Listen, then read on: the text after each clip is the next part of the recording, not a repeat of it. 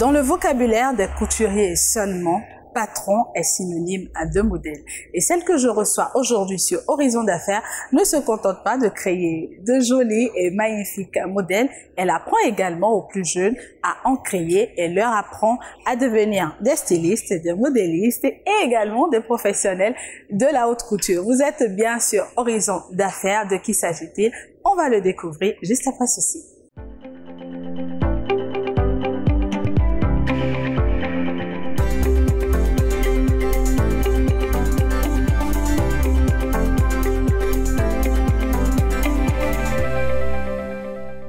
Aujourd'hui, je reçois pour vous Madame Edith Dayon, épouse d'Ossuyuru. Elle est modéliste de formation, promotrice et responsable de l'Institut AV, qui a un centre privé de formation professionnelle et d'apprentissage spécialisé en stylisme, en modélisme et en haute couture.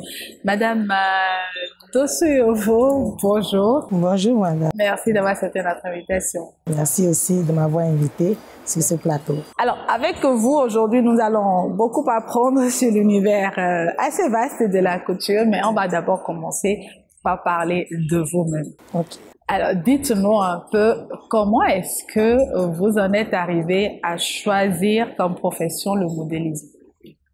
Alors, vous avez utilisé un mot qui quand même me dérange. Vous avez dit choisir. Alors, choisir le modélisme? Non. Comment suis-je arrivée au modélisme?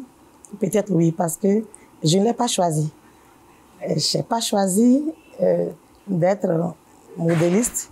J'ai découvert, comme ceux qui m'entourent, mes proches, que j'avais un talent, peut-être, je dis bien peut-être un don en modélisme, en couture. Mais je n'ai pas choisi d'être modéliste. Quand j'étais jeune, quand on me demandait ce que j'avais envie de faire, quand je serais grande, je leur disais que je voulais être médecin et que je devais être chirurgienne. Mais comme le Seigneur étant ce qu'il est et qu'il écrit droit sur les lignes courbes, il a fait de moi la chirurgienne des tissus et non la chirurgienne des êtres humains. Alors, donc, je dis dans toute la gloire. Donc, me voilà modéliste. Maintenant, comment suis-je y arrivé? Je sais que c'est un talent, un don que mes parents ont découvert en moi plus tôt. Moi qui pensais être une bonne chirurgienne, mais j'avais quand même une petite passion pour le tricotage. Je tricotais beaucoup. Je tricotais et cela prenait même le pas sur mes études. Déjà au primaire? Déjà au primaire, parce que je me rappelle que j'étais au C1 quand cette histoire a commencé. Et au collège, c'était l'apothéose parce que je pouvais, à la veille du devoir, au lieu de prendre mon cahier d'histoire géo ou de maths, passer la nuit à tricoter. Est-ce que j'ai été battue pour ça? Non, mais gronder beaucoup, oui. Beaucoup. Puni beaucoup, oui. Mais c'est plutôt ma maman, puisque c'est avec elle que j'ai beaucoup vécu. C'est ma maman qui s'est dit un matin, mais le tricotage, je ne vois pas le tricotage t'amener loin. Au lieu de passer ton temps à tricoter, j'aurais quand même aimé que tu ailles te faire former en couture. Alors là, j'ai été, puisque j'étais dans la fleur de l'âge, 18-20 ans, j'ai été la fille rebelle qu'elle n'a jamais voulu avoir sous son toit. Ça a été beaucoup de problèmes, beaucoup de soucis. Elle a dû faire recours à des oncles proches qui sont venus pratiquement me supplier de l'écouter. Parce que je suis jusqu'à aller à lui dire ce qu'il ne faut pas dire à une maman. Elle disait si elle m'aimait, elle n'allait pas me sortir des classes et m'envoyer en couture. Mais aujourd'hui, je lui dis merci parce qu'elle a su faire le bon choix. Et je pense que je le lui rends bien et que je rends bien aussi à l'Éternel ce que je suis devenue aujourd'hui. Comment est-ce que ça s'est passé de votre entrée dans cet institut ou dans ce centre de formation en couture jusqu'à ce que vous décidiez de prendre votre envol? Comment est-ce que ça s'est passé? Racontez-moi un peu. Alors, je vais vous raconter une toute petite histoire. Vous savez, j'ai fait la série scientifique, j'ai fait la D. Et arrivé en première, mes soucis ont commencé. C'est que je n'arrivais plus à avoir de bonnes notes dans les matières qui étaient les matières principales. C'était très compliqué pour moi. Mais ce qui s'est passé, c'est que arrivé au centre de formation, puisque après avoir discuté avec mes oncles et ma maman, elle a décidé de m'envoyer dans un centre de formation dans le temps. C'était pratiquement la première école de couture qui avait ouvert en 1996, je crois, Galaxy, de M. Epiphane Quenom, si j'ai bonne mémoire. Donc, c'est là qu'elle a trouvé qu'il fallait quand même m'inscrire, au lieu de m'inscrire dans un atelier. Puisque dans le temps, il fallait envoyer les gens en apprentissage. Mais moi, je n'ai pas fait l'apprentissage, par contre. Je pense que c'est ça qui m'a plutôt sauvée. Je n'ai pas fait l'apprentissage parce que quand on m'avait proposé cette formation, ce que je redoutais, c'était le monde de l'apprentissage. Parce que dans le temps, les choses n'avaient pas évolué. Parce que l'apprenti était quasiment comme l'esclave de son patron. Et cette vie d'esclavage ne me plaisait pas du tout. Donc, avec mon fort caractère, je ne me voyais pas rester soumise à une patronne et à lui faire les corvées domestiques. Donc, elle a su trouver dans le temps l'école qui était vraiment chère pour la simple sage-femme d'alors qu'elle était. Donc je pense qu'elle a dû se serrer fort la ceinture pour pouvoir quand même m'offrir ce centre. Et je me rappelle encore comme c'était hier, dans le bureau du directeur, me suppliant et me demandant s'il fallait qu'elle paye la scolarité. Je me rappelle bien, je lui ai demandé de payer juste la moitié parce que je n'étais pas sûre de terminer l'année scolaire. Ce n'est même pas la formation, l'année scolaire. Je lui ai dit, je vais prendre une année scolaire sabbatique pour voir si cela allait fonctionner. Si ça ne fonctionnait pas, je retournais d'office à l'école. Je ne voulais pas. Et il s'est fait que à l'école, au cours de maths, parce que dans cette école, on faisait les maths, figurez-vous. Et on était fusionnés avec les gens qui faisaient la formation en F2. Les gens de la F2 font quand même les maths un peu plus accrues. Donc, on était en classe. Quand le professeur de maths qui est entré pour expliquer le cours de maths, tout ce qui concernait la trigonométrie était ma bête noire. Pour moi, la trigonométrie était du chinois. C'était du chinois. Alors, le professeur, ce jour-là, a expliqué le cours de trigonométrie et j'ai compris pour la première fois. J'étais déjà à l'école de couture. Le jour-là, en classe, j'ai baissé la tête et j'ai pleuré. Je me suis dit, donc, c'est ici que se trouve ma place. Sinon, je ne comprends pas pourquoi c'est ici que je vais comprendre cette notion de trigonométrie. Donc, je pense que là, quelque chose s'est passé. Il y a eu un déclic ce jour-là où j'ai pris la formation autrement. Voilà. Donc, comparativement à mes camarades de classe d'alors, à la fin de l'année, je faisais déjà mes tenues. En moins de 9 mois, je faisais déjà mes tenues, je vous assure. Et ce qui a fait que l'année scolaire qui a suivi, d'abord, le directeur nous a chassés d'abord pour le reste de la scolarité, je me souviens. Et ma maman, a refusé de payer. Donc, cette fois-ci, c'est moi qui lui demandais de venir payer le reste. Alors qu'au début, c'est elle qui me suppliait pour payer. Alors, elle me dit, mais tu as fait l'important, paye toi-même le reste. Donc, je me rappelle avoir supplié pour venir payer le reste de la scolarité pour que je puisse finir l'année. C'est là que j'ai su que ma place était plutôt en couture. Voilà, donc l'aventure a commencé là, avec ma formation. Vous avez suivi votre formation qui au départ ne semblait pas trop vous intéresser. Non. Vous avez terminé la formation. Quelles ont été les étapes qui ont suivi? Est-ce que vous êtes directement mise à votre propre compte? Est-ce que vous avez directement créé votre atelier de confection? C'est ça la bonne expression? Oui. Voilà. Ou est-ce que vous avez démarré à la maison?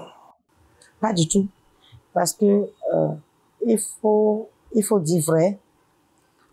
Ce que nous constatons aujourd'hui, c'est qu'il y a beaucoup de centres de formation et il y a beaucoup qui veulent faire la couture et pensent que 6 mois, 18 mois, 27 mois sont suffisants pour faire une formation et être un super couturier. Ce n'est pas possible. Il vaut mieux que je dise les choses telles qu'elles sont. Ce n'est pas possible. Ce n'est pas possible. Alors après, quand je prends moi mon cursus, après les 3 ans de formation à Galaxy, j'ai atterri en Côte d'Ivoire. Atterri en Côte d'Ivoire dans une école où j'ai passé un DES, un diplôme d'études spécialisées en habillement.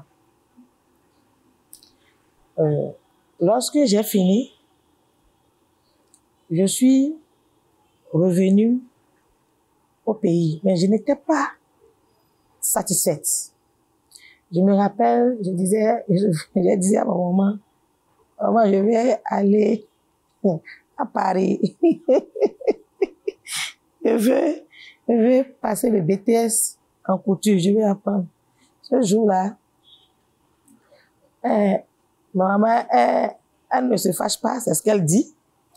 Parce que c'est une dame très calme, mais le jour-là, qu'elle m'excuse beaucoup, elle s'est fâchée. Et puis, on a l'habitude de parler goût à la maison. C'est quoi la couture que tu n'as pas encore appris? Elle disait ça en goût. Couture, tu as mon plan pour gbéré. France, dit en aïe. Tu as mon plan de quoi? Et donc, dit en France, on dit, tu as mon ciseau ou jodo. Laisse tomber. Parce que quelle est la couture que tu n'as jamais encore faite? Et c'est en France que tu iras apprendre. Si c'est en France que tu iras avant d'exercer, laisse. Parce que ta soeur est là, il faut que je m'occupe d'elle aussi. On a tout dépensé sur toi. Il faut que je m'occupe de ta soeur. Parce que tu es parti, tu reviens, tu as fait les 3 ans, ça n'a pas suffi. Tu es parti, j'ai dépensé, tu es revenu. Et au lieu de travailler, maintenant tu parles encore de France. Pour la paire de ciseaux, laisse, n'utilise pas la paire de ciseaux. Laisse, fais autre chose. Donc le jour là, je me suis rendu compte qu'elle s'est fâchée. Et moi, je savais qu'il me manquait quelque chose. Et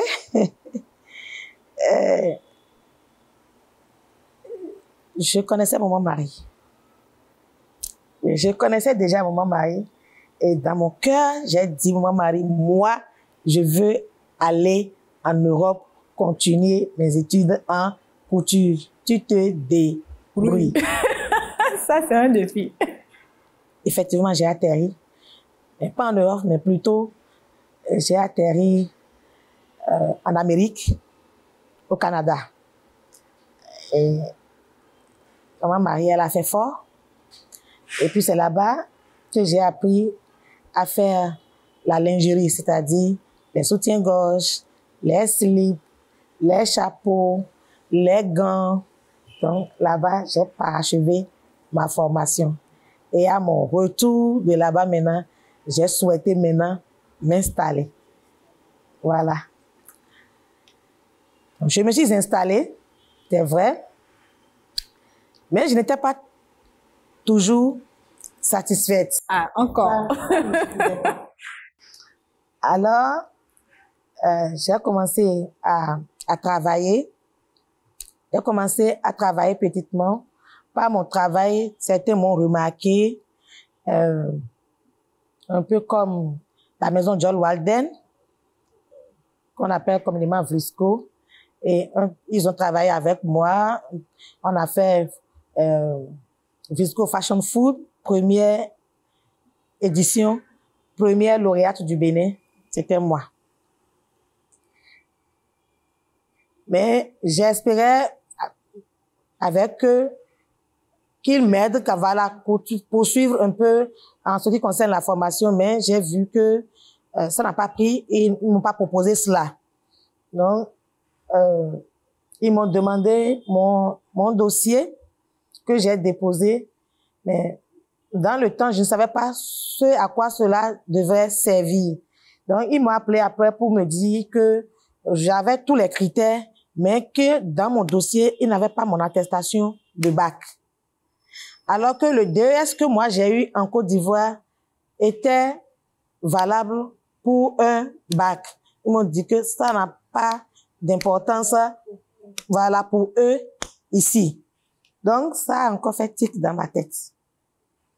Il fallait retourner sur les bancs. Donc, entre-temps, le gouvernement a créé le centre qui est à Kassato et qui forme, je pense que ça s'appelle le lycée sino-béninois et Asba, je crois. Et là-bas, il y a la couture, l'hôtellerie. Donc, je suis allée m'inscrire là-bas pour pouvoir continuer et avoir un bac. Ils m'ont pas accueilli, ils n'ont pas accepté. Mais comme Dieu s'est toujours inspiré et quand il veut faire quelque chose, il le fait, j'ai pu quand même m'inscrire en candidate libre. J'ai été à l'examen, ça n'a pas été facile. Tout a été orchestré, mis en place. J'ai échoué. Avec quand même des notes de quelqu'un qui devrait être la première du Bénin. J'ai quand même échoué. Je vous épargne les détails. Mais comme il est très difficile de me faire renoncer quand j'ai envie de faire quelque chose, la seconde année, je suis allée encore. Cette fois-ci, c'était l'apothéose. Mon dossier a carrément été rejeté parce qu'on a dit, mais qui vous avait autorisé à vous présenter la première fois d'ailleurs? J'ai eu à entendre ces genres de phrases. Mais Dieu étant Dieu, j'ai pu me présenter. J'ai réussi au DT. Parce qu'il fallait quand même que je fasse le parcours. Parce que j'avais déjà en tête, en ce temps-là, créer mon centre de formation. Donc, si je ne faisais pas le parcours, je ne pouvais pas voir quelles sont les lacunes qu'il y a dans le système qui est mis en place et corrigé à mon niveau. Donc, du coup, j'ai essayé de faire le parcours. Ensuite, j'ai appris qu'il y avait une école à l'université qui accueillait les gens qui ont le bac et qui voulaient faire la couture. Paf! Là, c'était à vos propres frères. Oui, c'est à mes propres frères. À mes propres frères et soutenu surtout par mon époux qui a quand même épousé mon désir d'évoluer. Voilà. Alors, j'ai payé et j'ai fait les 3 ans. Donc, les 3 ans m'ont permis d'avoir une licence en entrepreneuriat et en management des petites et moyennes entreprises, option taillerie, design et look. Là, c'était bouclé. Voilà. Mais je ne suis pas satisfaite. Là où je suis, j'ai déjà commencé à demander où je peux faire un master. Et tant que je peux continuer. Vous allez continuer. Voilà. On se rend compte que vous avez eu un parcours assez intéressant, assez atypique. Dites-nous, votre entourage, comment est-ce que, parce que vous disiez tout à l'heure que vous étiez soutenu par votre époux, est-ce que tout votre entourage vous accompagnait dans ce désir de réaliser votre rêve? Ça, bizarrement, oui. Là, j'avoue que j'ai eu quand même, que ce soit les parents, que ce soit mon époux, que ce soit les amis, les frères et sœurs, tout le monde m'a soutenu dans cette histoire, je vous assure. Au début, mon papa était un peu sceptique parce que, vous savez, quand on est de deux intellectuels, c'est quand même difficile de faire ce métier. Parce que mon papa, lui, rêvait d'une fille ou médecin ou ingénieur, agronome. Et quand je me rappelle sur son lit de malade, parce que je tiens à souligner que dès que je suis arrivée au second cycle, mon papa est tombé malade. Il vit encore, grâce à Dieu, et gloire à Dieu. Je dis franchement, ça fait partie des cadeaux que l'Éternel m'a fait. Parce que je me rappelle, je le lui ai demandé, je lui ai dit, je devais avoir 19 ans, 20 ans. Un jour, j'étais allée à la messe. Je priais, je pleurais. La messe a commencé, on était au Gloria, je ne savais pas. J'ai dit, Seigneur, mon papa est malade. Et là où il est, tout le monde sait qu'il doit mourir. Si tu veux que je sois ta fille, que je t'adore jour et nuit, que je n'aille nulle part, que je demeure catholique jusqu'à la fin de mes jours, fais-moi un seul cadeau. Je ne veux pas être orpheline de père. Qu'il soit dans un fauteuil roulant, je vais le pousser par derrière. Je n'aurai pas honte de lui. Mais fais-moi le cadeau de garder mon père en vie. Mon père a fait, je vous assure, un AVC. Il est hémiplégique du côté droit. Il vit depuis 30 ans. Il n'est pas encore mort. Donc, Dieu est Dieu. Dites-moi un peu, à quel moment est-ce que vous avez décidé de passer de la couturière, oui, parce que vous en êtes fière. À quel moment est-ce que vous avez décidé de passer de la couturière modéliste qui a son atelier de confection à promotrice d'un centre de formation? Lorsque j'ai fini ma formation, que je suis revenue au pays, c'est bizarre, j'ai tout fait quand même avec Dieu. Je suis restée longtemps dans les boutiques de la Bourse du Travail, là, à Cotonou, tout le monde connaît. Je me rappelle, un jour, nous habitions Porte-Novo avec ma maman. Et nous venions à Cotonou, et à Sainte-Rita. C'est à Sainte-Rita que j'ai fait les premières années de couture. J'habitais à Sainte-Rita. Et un jour, nous devons quitter Tokpa pour nous rendre à Sainte-Rita et nous sommes passés devant les boutiques de la Bourse du Travail nouvellement construites. Et j'ai baissé la tête dans le véhicule et j'ai dit, Jésus, je veux une de ces boutiques. C'est tout, je n'ai pas été plus loin. Je n'ai pas dit plus que ça. J'ai dit, Jésus, si tu veux que je m'installe à Cotonou, que je sois couturière à Cotonou, parce que j'avais déjà commencé à travailler, je ne pouvais plus continuer à Porte-Novo, parce qu'entre-temps, pour pouvoir me faire la clientèle, qu'est-ce qui s'est passé? J'avais commencé à habiller ma petite soeur, il faut le dire, j'ai commencé à habiller ma petite soeur, nous sommes deux, et ma petite soeur, un temps, a eu le bac aussi. Elle est venue à Cotonou. Donc les amis, la voyant, qui t'habille? C'est ma grande soeur, mais nous ne pouvons pas venir à Cotonou pour faire les tenues. Dis-lui de nous rejoindre à Cotonou. On ne peut pas venir à Porte-Novo nous habiller. Donc, j'ai voulu l'écouter. J'ai dit, je veux une boutique Jésus. Les choses se sont mises en place. J'ai eu la boutique, s'il vous plaît. Et dans cette boutique, je suis restée pendant 10 ans.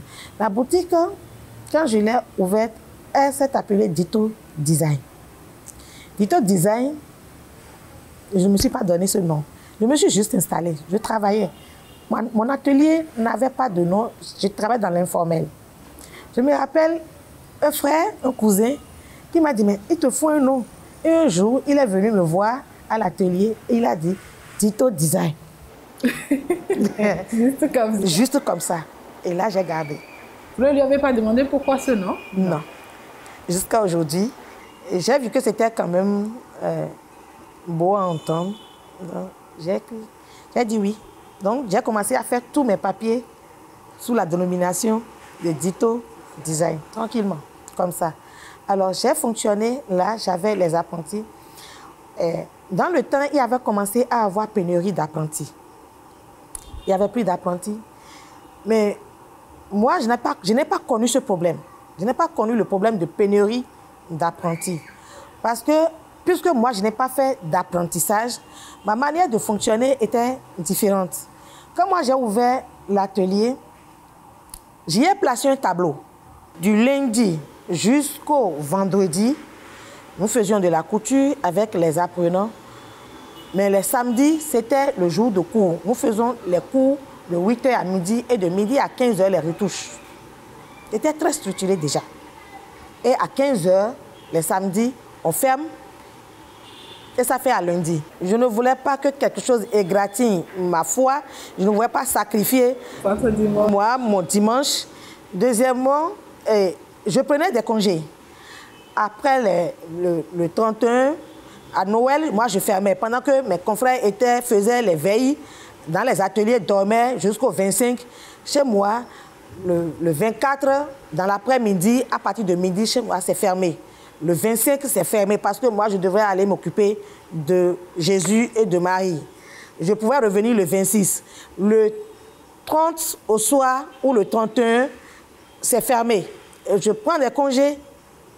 Quand on vient à la semaine sainte, je ferme parce que rien ne prenait, moi, mes heures de prière. Et donc, je fermais. Donc, le fait que les enfants avaient des jours et des temps de repos comme ça, apparemment, intéressait beaucoup les parents. Donc, pendant que les autres criaient qu'ils n'avaient pas d'apprenti chez moi, c'était tout le temps plein. Pour venir chez moi, il fallait savoir lire et écrire. À un moment donné, ceux qui ne savaient ni lire ni écrire avaient commencé à se plaindre. Donc, j'ai commencé même à en prendre et à dispenser les cours en fond. Donc, je dispensais même les cours en fond. Donc, chez moi, il fallait venir, quand vous inscrivez votre enfant à l'atelier d'Histo Design, l'enfant devait avoir un cahier, un bic, un vrai dessinateur. Donc, c'était déjà la fourniture scolaire, donc c'était déjà différent dans le temps. En 2000, en 2002, en 2003, 2004 déjà. Donc, du coup, les gens étaient déjà acquis à cette cause. Il s'est fait qu'à un moment donné, la pénurie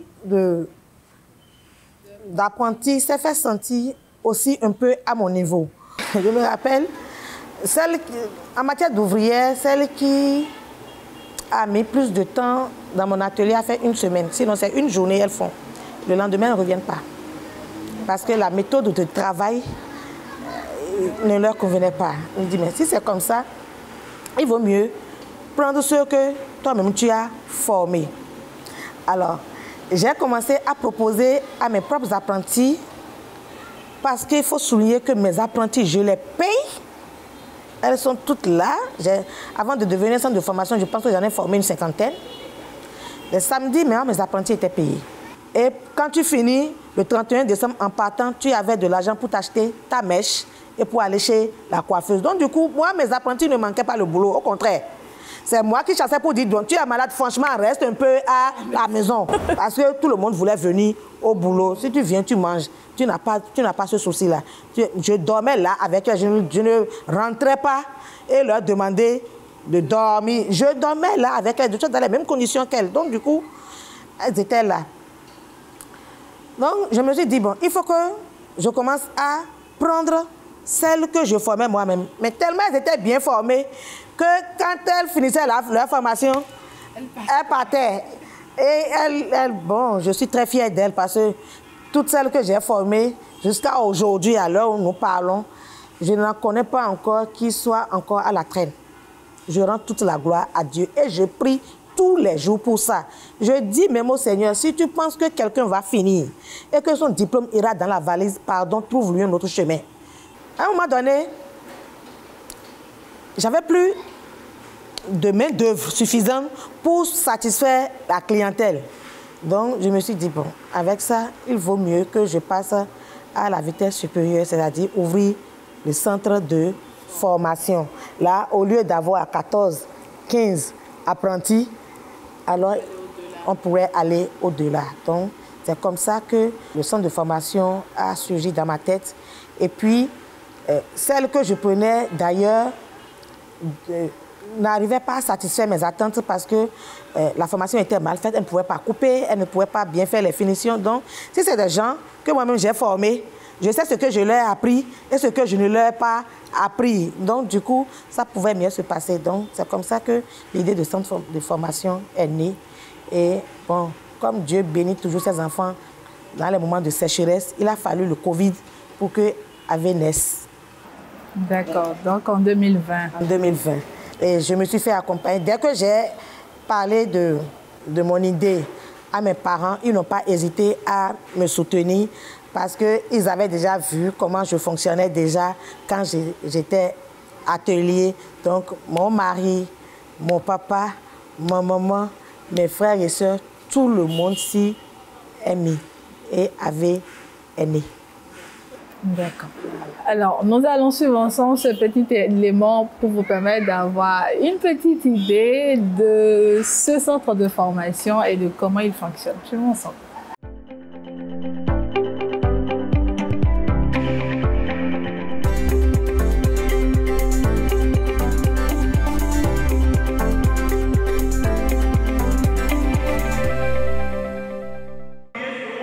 Nous sommes ici à l'église Saint-Michel de Cotonou.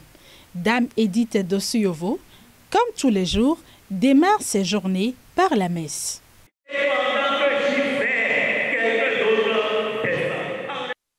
De retour de la messe matinale, chapelet en main, elle se rend à son entreprise, l'Institut AV. Ô Seigneur, merci pour la vie que tu m'as donnée. Pour chaque don, chaque talent. Premier réflexe, voir ce que font ces apprenants et saluer les adultes en formation. Bonjour. Matin là déjà.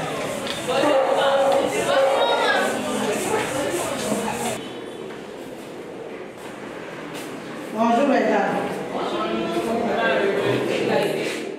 Pour elle, pas question de démarrer la journée sans prier.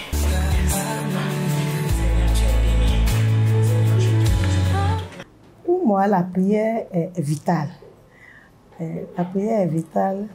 La prière est la source. C'est de là que je puise toute mon énergie.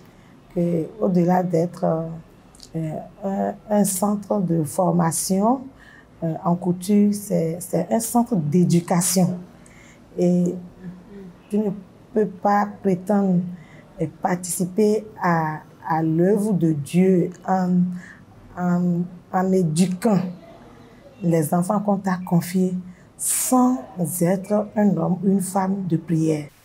Et avec ces jeunes apprenants de son institut, la journée démarre également par la prière. Saint-Esprit, éclaire mon âme, revêt mon être entier par ta puissance. Esprit de Dieu, Esprit de force. Seigneur, viens enseigner tes enfants. Viens, Esprit de feu. Viens, Esprit consolateur. Viens. Nous avons besoin de toi. Nous avons besoin de toi pour chacun de nous. Nous avons besoin de toi pour chaque apprenant dans cette maison. Nous avons besoin de ta présence. Nous avons besoin du feu que tu es. Nous avons besoin de la pluie diluvienne que tu es. Nous ne faisons pas attention à la religion ici parce que nous avons toutes les obédiences. Nous avons les musulmans, les catholiques, les protestants, les chrétiens célestes, mais pas les échanges que nous avons avec eux déjà au début de l'année. Nous prenons quand même quelques semaines pour leur expliquer que c'est un seul Dieu. Nous avons un Dieu unique, créateur du ciel et de la terre. Cela les amène quand même à adhérer plus ou moins. Ils ne sont pas réticents. Notre hymne ici, c'est le Magnificat.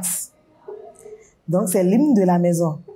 Mon âme exalte le Seigneur, exulte mon esprit en Dieu mon sauveur.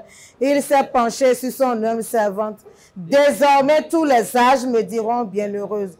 Le puissant fit pour moi des merveilles. Saint est son nom. Son amour s'étend d'âge en âge sur ceux qui le craignent. Déployant la force de son bras, il disperse les superbes. Il renverse les puissants de leur trône. Il élève les hommes. Il comble de bien les affamés. Renvoie les riches les mains vides. Comment est-ce que je les fais adhérer au Magnificat? Je leur dis de personnaliser cela. Mon âme exalte le Seigneur. Donc, moi, Edith, mon âme exalte le Seigneur. Moi, Bachira, mon âme exalte le Seigneur. Moi, Isifatou, mon âme exalte le Seigneur. À l'Institut AV, la prière ne prend pas le pas sur la formation, on apprend et bien. Pour la plupart, ce sont des bacheliers. Il y a certains même qui ont déjà fini leur cursus scolaire, qui ont leur licence et qui sont venus maintenant faire un truc pratique. Donc, c'est des gens qui ont quand même un niveau intellectuel élevé. Donc, leur passer le message, ce n'est pas un problème. L'atelier fait quand même sur les 9 mois de travail, l'atelier prend 5 mois et la théorie prend 4 mois. Tu ne veux pas aller prendre une mesure là où il y a la table qui te coince là-bas. Que mon travail devienne un reflet de ta lumière, guidé par ta volonté et par l'amour sincère. Ô Saint Joseph, patron des cœurs laborieux. La formation proposée ici ne concerne pas uniquement les jeunes. Damédite accueille également des adultes. Ici, nous prenons des gens qui sont en reconversion professionnelle. L'objectif, c'est de former des chefs d'entreprise. Donc, dès qu'elles ont un peu la main, et puis elles sont des dames, elles ont déjà fait un cursus, elles ont un foyer, tout ça, elles ont un peu d'économie. Donc, elles directement, elles peuvent installer leur entreprise, être chef d'entreprise. Pour la couturière, formatrice et mère de cet institut, il est important de conseiller les plus jeunes. Et des conseils, ils en reçoivent. Si tu aimes la monotonie, tu ne vas jamais créer, tu vas toujours copier ce que les autres font. Si tu n'aimes pas le sens du travail bien fait, tu ne veux pas t'appliquer, donc tu ne sortiras rien de bon. Et si tu n'es pas discipliné, si tu n'aimes pas le travail, tu ne peux pas parce que c'est bon de couper. Quand tu es excellent, tu coupes en 15 minutes, mais tu montes en 4 heures. Donc la couture, c'est pour les disciplinés. C'est pour les rigoureux. Joseph, guide nos mains laborieuses, éclaire nos pas sur le sentier de l'espérance. Que ton exemple fasse fleurir des initiatives heureuses, offrant un salaire juste et l'union en toute confiance. Par ta grâce, que le travail devienne source de beauté. Alors, vous venez de suivre un peu comment fonctionne l'Institut AV. Dites-nous, lorsque nous étions venus vers vous, on s'est rendu compte qu'il n'y a pas que des jeunes, il y a également des dames que vous formez. Quels sont les différents modules et pourquoi est-ce que vous avez initié, je dirais, ces modules de formation pour des dames qui, quand même, avaient fait une autre formation? Nous produisons les jeunes, on sait que c'est les jeunes qui font la formation. Les adultes, parce que le besoin s'est fait sentir. Voilà. Les gens, d'abord, ont commencé à demander, mais vous ne formez pas des adultes. Mais je suis quand même adulte, vous ne formez pas les adultes. Ok, d'accord, nous allons y réfléchir, nous allons y penser. Donc, les 2 premières années, nous avons fonctionné avec les jeunes, mais dès la 3e année, nous avons dit que nous allons faire notre expérience en prenant les adultes. Mais nous ne mettons pas les adultes ensemble avec les jeunes, parce que les adultes, ils ont déjà des responsabilités sur le plan familial, ils ont leur boulot et c'est des gens qui veulent faire de la reconversion professionnelle. C'est vrai que pour le moment, c'est un tout petit peu compliqué pour le grand monde. Pourquoi? Parce que si vous êtes adulte, il va falloir que vous puissiez travailler à temps partiel pour pouvoir venir faire votre formation ici. Parce qu'il ne faut pas oublier que la formation en matière de couture, ce que vous utilisez beaucoup, c'est vrai, c'est votre tête, ce sont vos mains, mais c'est aussi vos yeux. Donc, les verres que je porte, c'est un peu la déformation du métier. Donc, si nous instituons les cours du soir, pour mettre, voilà, ce sera fastidieux parce qu'une aiguille, le chat d'une aiguille, ils l'enfiler la nuit pour une myope ou un myope. Le jour, ce n'est pas facile, la nuit, s'il vous plaît. Donc, du coup, on y a réfléchi. Avec ça, on s'est dit, ce n'est pas la peine d'instituer des cours du soir. Mais nous demandons juste à nos apprenants adultes d'être disponibles 3 matinées par semaine. C'est suffisant pour faire la formation. 3 matinées par semaine et 3 heures, c'est-à-dire de 9 heures à midi au moins. Sinon, nous leur demandons si ils sont libres de nous consacrer 6 heures, c'est-à-dire de 9 heures à 15 heures. Nous l'avons pensé comme ça parce que nous sommes dit, si vous êtes en famille, parce que généralement, c'est les femmes qui sont beaucoup plus enclins à s'intéresser par la formation. Vous avez des enfants, vous avez le temps de les laver, de les déposer à l'école à 8 heures et vous de venir à votre formation. Nous vous conseillons de déposer les enfants à la cantine pour qu'à l'heure de la pause, vous soyez plus ou moins libre. À 15 heures déjà, nous, on vous libère pour que vous ayez déjà les chercher à l'école à 17 heures. Donc voilà comment ça a été pensé. Juste 3 fois par semaine, nous avons dit lundi, mardi et puis jeudi. Les mercredis, nous ne prenons pas les adultes parce que les enfants sont à midi. Il faut que maman soit à la maison pour s'en occuper. Donc, nous ne faisons pas cours les mercredis, à moins que nous nous arrangions avec vous et que vous nous dites que, franchement, vous êtes libre. Voilà, ça ne vous dérange pas. Sinon, lundi, mardi et puis jeudi, parce que le vendredi, c'est déjà le début du week-end. Papa peut dire qu'on va sortir, et donc, franchement, bon, faut pas aller là-bas.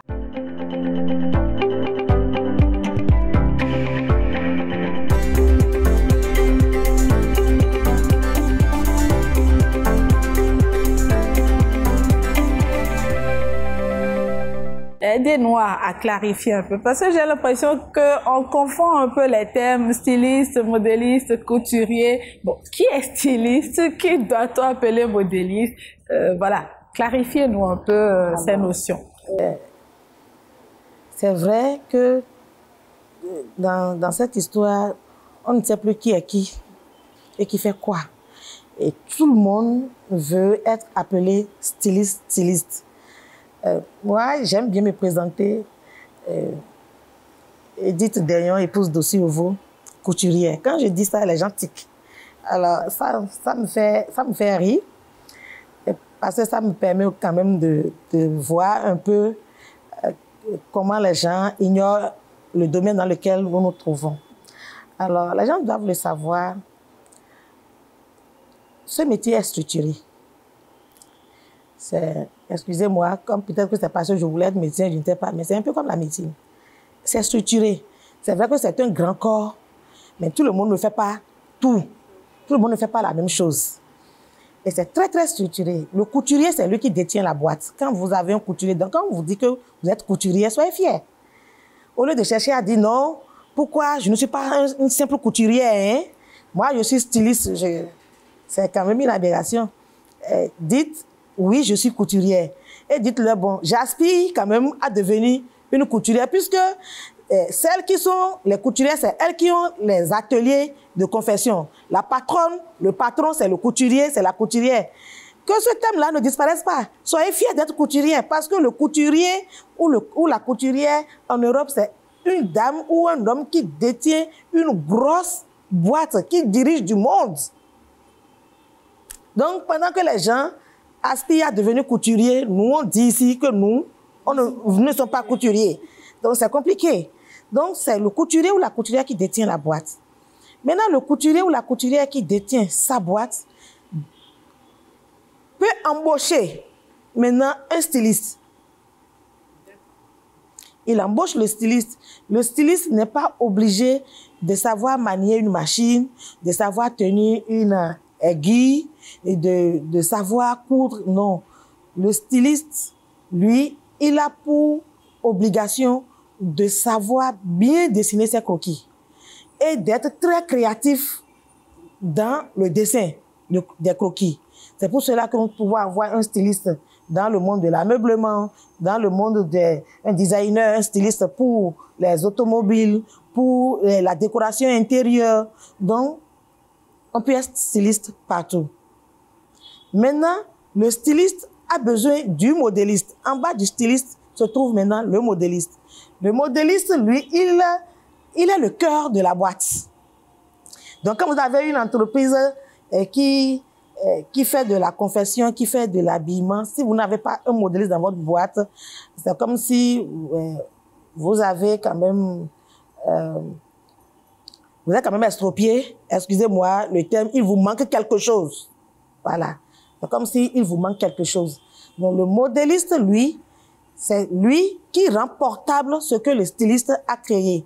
Parce que le styliste, lui, il rêve beaucoup. Tout ce que lui, il a dessiné n'est pas portable.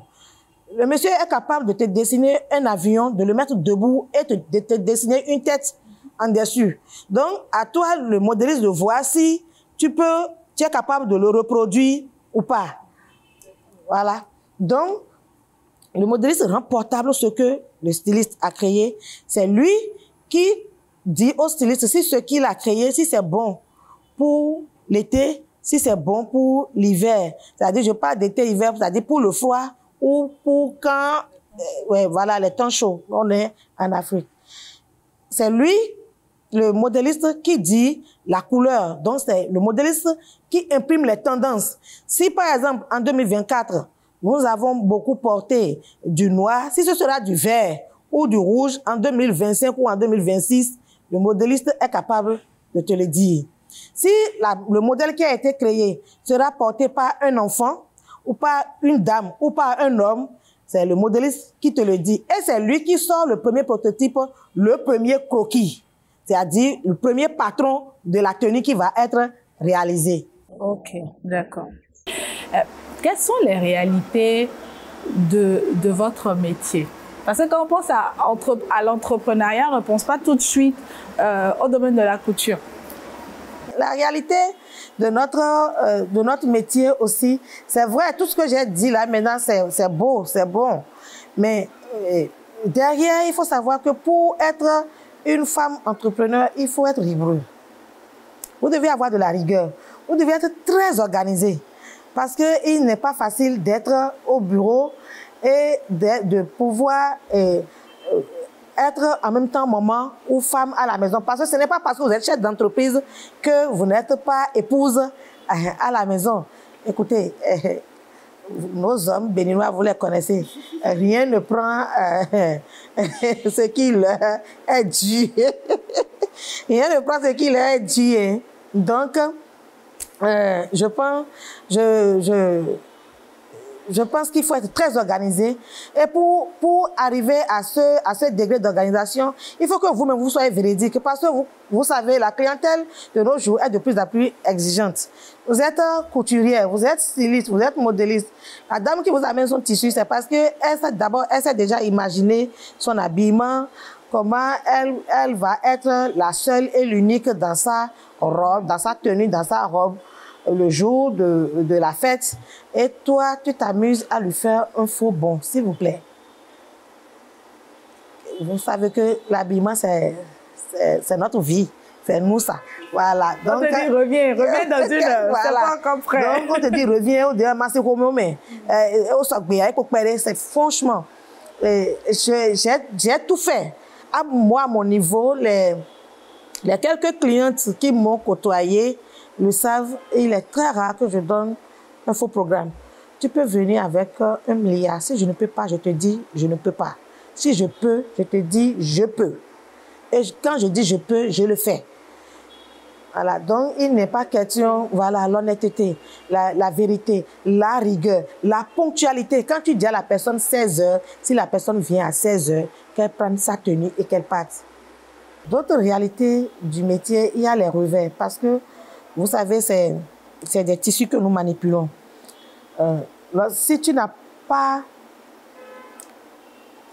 si tu n'arrives pas à avoir un long temps de concentration, c'est un peu compliqué. Si tu es du genre à trop t'évader, si tu es du genre à ne pas pouvoir tenir sur place, parce que quand tu es couturière, styliste, modéliste, pour faire ce métier, vous avez très peu d'amis. Et c'est pour ça que quand vous êtes spirituel, c'est bon pour vous, parce que même si les autres amis s'en vont, le seul et vrai ami fidèle qui existe, lui reste, il ne peut pas vous lâcher. Donc, parce que pour faire une tenue, il te faut au minimum 5 heures de temps. Ça, c'est quand tu es rapide. Parce que 1 heure pour apprécier le tissu et couper, 4 heures de temps minimum pour monter. Ça te fait 5 heures. Si tu dois monter une tenue le matin, une tenue le soir, quand est-ce que tu as le temps de t'occuper de ton foyer et d'avoir maintenant des amis avec lesquels tu vas te promener. C'est plus ou moins difficile. Il va falloir que les sorties, tu puisses vraiment les limiter et les prévoir d'avance. Donc, nous sommes des femmes à calendrier très chargé. Donc, quand les connaissances viennent, bon, je t'invite à ma manifestation samedi et que tu dis, je ne peux pas. On a l'impression que c'est parce que tu fais l'importante. Mais personne ne sait que c'est parce que, en fait, tu veux travailler et tu tiens à satisfaire les autres parce qu'il faut d'abord avoir l'esprit de sacrifice.